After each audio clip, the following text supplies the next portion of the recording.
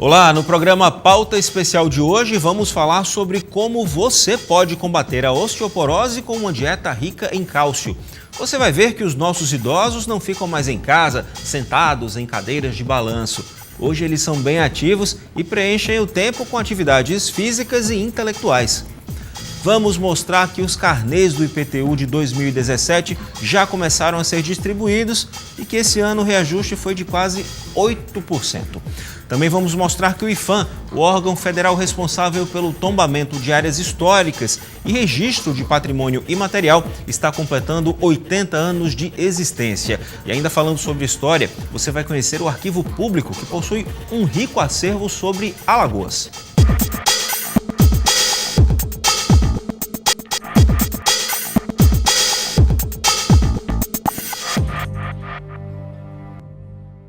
Começo do ano e um velho conhecido da população volta a bater na porta. É o IPTU, que esse ano teve um reajuste de quase 8% e já começou a ser distribuído pelos Correios. A Prefeitura de Maceió já iniciou a distribuição dos carnês de pagamento do IPTU 2017. Segundo a Secretaria de Economia do município, os Correios devem entregar todos os carnês até metade do mês de fevereiro. Isso vai possibilitar ao cliente receber o carnê muito antes do vencimento. O vencimento da cota única, que é o primeiro vencimento, é em 31 de março. Melhorando o que aconteceu nos anos anteriores, onde o carnê chegava muito próximo ao seu vencimento. Este ano, os contribuintes que efetuarem o pagamento do imposto em cota única terão desconto de 10%. Mas quem preferir dividir pode parcelar em até 10 vezes. Aqueles que quiserem se antecipar à chegada do carnê, ou não receberem o carnê da sua casa, e isso muitas vezes pode acontecer, a pessoa pode obter acesso aos carnês ou aos boletos do IPTU pela internet, no site oficial do município, que é www.maceió.al.gov.br, ou no hot site secretariadefinanças.com ou semecmaceió.com. O reajuste do IPTU para este ano foi de 7,88%. 220 mil carnês estão sendo entregues, o que deve gerar uma arrecadação de cerca de 106 milhões de reais para o município. Essa arrecadação ela é aplicada tanto na saúde, na educação, na infraestrutura, na segurança. Então, na verdade, quando o IPTU é pago, ele beneficia ações em todas essas áreas. E quando ele não é pago, todas essas áreas também são prejudicadas. A osteoporose é uma doença que se caracteriza pelo enfraquecimento dos ossos e, por isso, causa um aumento do risco de fraturas. Uma alimentação rica em cálcio pode ajudar a combater esse problema. E para falar como deve ser essa dieta, eu converso agora com a nutricionista Ana Patrícia Tojal de França, que está aqui comigo no estúdio. Doutora, seja muito bem-vinda ao nosso programa. Vamos começar explicando um pouquinho sobre a osteoporose. Quais são as causas gerais de uma doença como essa? Olha, a osteoporose ela tem alguns fatores que contribuem na sua etiologia. Em geral, a idade, né? Com o aumento da idade, o enfraquecimento ósseo vai acontecendo naturalmente, principalmente em mulheres, pela questão hormonal. Então, a mulher menopausada ela tem uma tendência maior a ter osteoporose. E existem também algumas drogas que dificultam a absorção de cálcio e também a alimentação. Uma alimentação pobre em cálcio e nutrientes que ajudam na absorção do cálcio, a exemplo da vitamina D, também pode levar ao enfraquecimento dos ossos e, como consequência, desenvolver a osteoporose. E como consequência, principalmente dos mais velhos, como a senhora disse, aumenta realmente o risco de fraturas, problema de postura, que é tão bem conhecido, né, para as pessoas dessa faixa etária. Exatamente. Mas aí como é que entra a alimentação? Seria um aliado no combate a essa doença? Seria uma parte integrante do tratamento? Como é que funciona? A alimentação ela entra em dois momentos. Ela entra no momento tratamento, quando a doença já está instalada ou está prestes a se instalar, que isso pode ser acompanhado, né, durante a vida da pessoa, através de acompanhamento médico adequado, aumentando os alimentos que são fontes de cálcio. Então, a dieta enriquecida com leite, com vegetais verde escuro, que são boas fontes de cálcio, e também de vitamina D. E ela entra de uma forma assim, fantástica na prevenção. Então, desde criança, aliás, desde a gestação, a gente deve ter esse cuidado com a alimentação rica em cálcio e nos fatores que ajudam a sua absorção. Tá? Na gestação e na infância, formam-se as matrizes ósseas, que vão receber o cálcio e fortalecer esse osso. Né?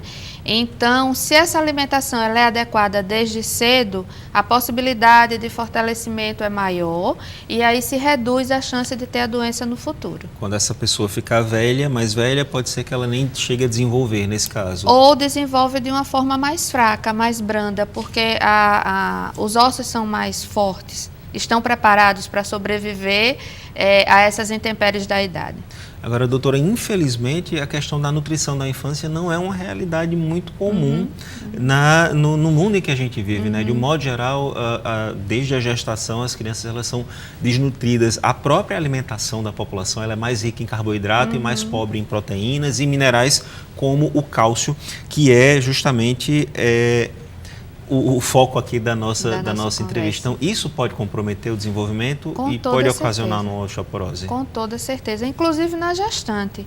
Porque quando a mulher está gestante, ela precisa de um aporte maior de cálcio, porque ela precisa do cálcio para ela, para manter ossos e dentes fortes, normais, e precisa do cálcio para a formação dos ossos e matriz dentária do seu bebê.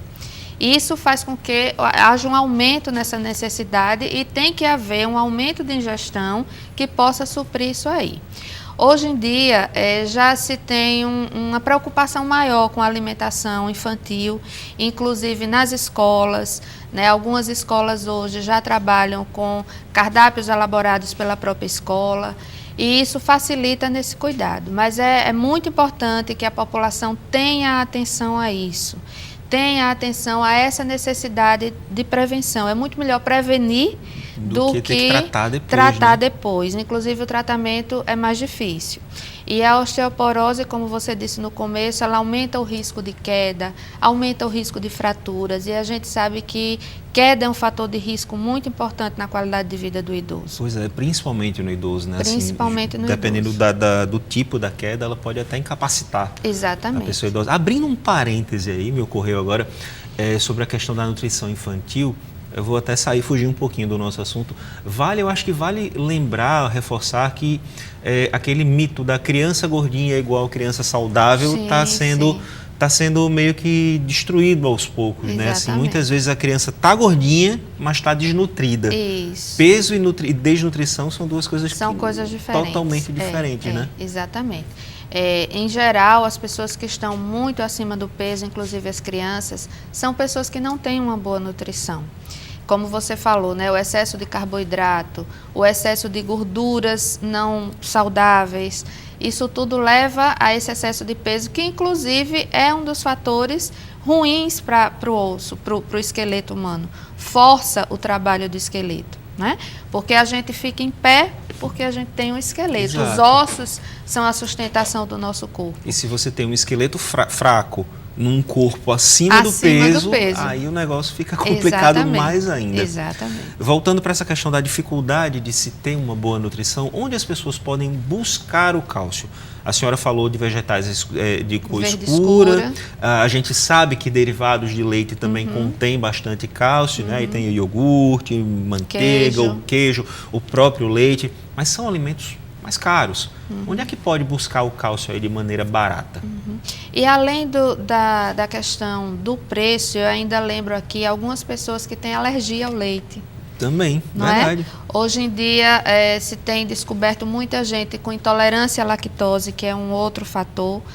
E a intolerância à lactose dá para resolver porque hoje a indústria já tira a lactose do leite, já produz vários derivados a partir do leite sem lactose. O leite sem lactose contém cálcio. Contém cálcio. Só tira a lactose, que é o que a gente chama de açúcar do leite. Mas ele encarece ainda mais o produto. É verdade. É um produto que passa por uma tecnologia diferente e isso vai agregando custo mais alto ao produto, né? A gente tem também peixe, sardinha, que é um peixe acessível, um peixe mais barato, né? Mais barato, um pouco mais acessível do que os demais. O salmão é um peixe mais caro, mas ele também é uma boa fonte de cálcio. São alimentos ricos em cálcio. Em cálcio, é. Me lembrei de uma coisa, eu até tinha comentado um pouquinho antes de começar essa entrevista, eu não me lembro exatamente se era minha avó, se era uma tia minha, e eu me lembro que ela pegava casca de ovo, secava no sol, depois lavava bem, secava, né, e batia, fazia aquela farinha. A farinha é de uma casca. fonte de cálcio? É uma fonte Ou de é cálcio. mito? Não, ela é de fato uma fonte de cálcio, mas é preciso ter cuidado no uso, na quantidade que se usa, porque também não é desejável uma quantidade de cálcio além do que o organismo precisa. Causa problema? Causa problema, pode se acumular nas articulações, pode formar uma espécie de caroço, como se fossem tumores ósseos, não tumores malignos, mas uns caroços ósseos. Seriam protuberâncias. Umas no protuberâncias, osso, né? Exatamente. Que isso não é desejável, especialmente nas articulações. Como se o cálcio a mais ele se acumulasse no organismo, isso, né? Isso. Tudo no corpo da gente tem que estar em equilíbrio. equilíbrio. Tem equilíbrio, né, Exatamente. na verdade. Então não adianta eu fazer aquela farinha de ovo é mais barato, mas aí eu vou Isso. exagerar e posso ter outro problema, usa. né? Uma coisa importante, Luiz, é a gente procurar boas fontes de informação, né? A gente sabe que hoje a internet está aberta para qualquer um e com informação de todo tipo. Cabe fazer um parêntese aí, assim, vamos buscar a fonte de informação segura, né? A fonte oficial, não é qualquer site que diz o que é certo, não. Então, como a indústria está aí produzindo muita coisa, há uma certa ilusão em relação a determinados produtos, o que se quer vender. Então, procura sites confiáveis, como, por exemplo, o Ministério da Saúde. No Ministério da Saúde há vários informativos a respeito de alimentação.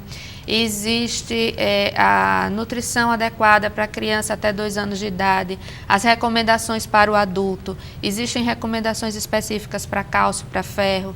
Então, e é tudo assim, está tudo muito disponível, na verdade, né? Falta um pouquinho das pessoas também buscarem. Né? E deixar de buscar tanto a coisa da moda, o boom.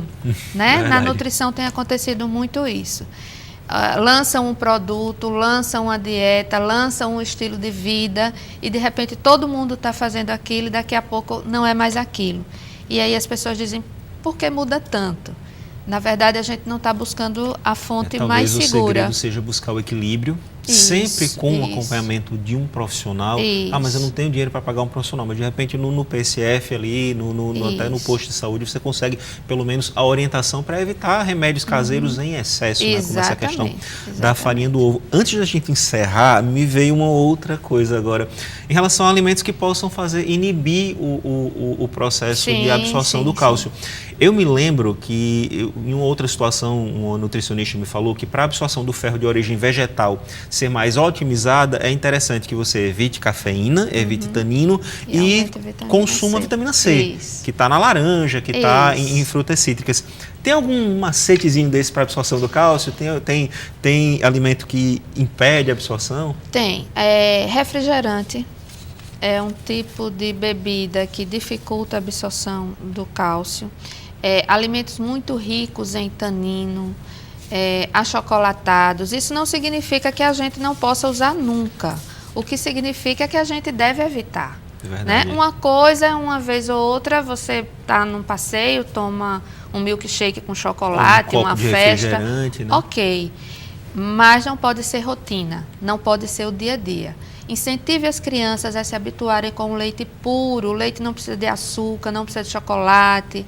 É só questão de hábito, de habituar o paladar com aquilo ali. Ok, então no fim das contas a nossa conversa se resume em equilíbrio, né? Como tudo deve ser para uma vida e informação saudável. De fonte segura. Perfeito, isso é muito importante. Então, doutora Ana Patrícia Tojal, muitíssimo obrigado pela sua presença aqui no nosso programa. Seja sempre muito bem-vinda. Obrigada e até a próxima.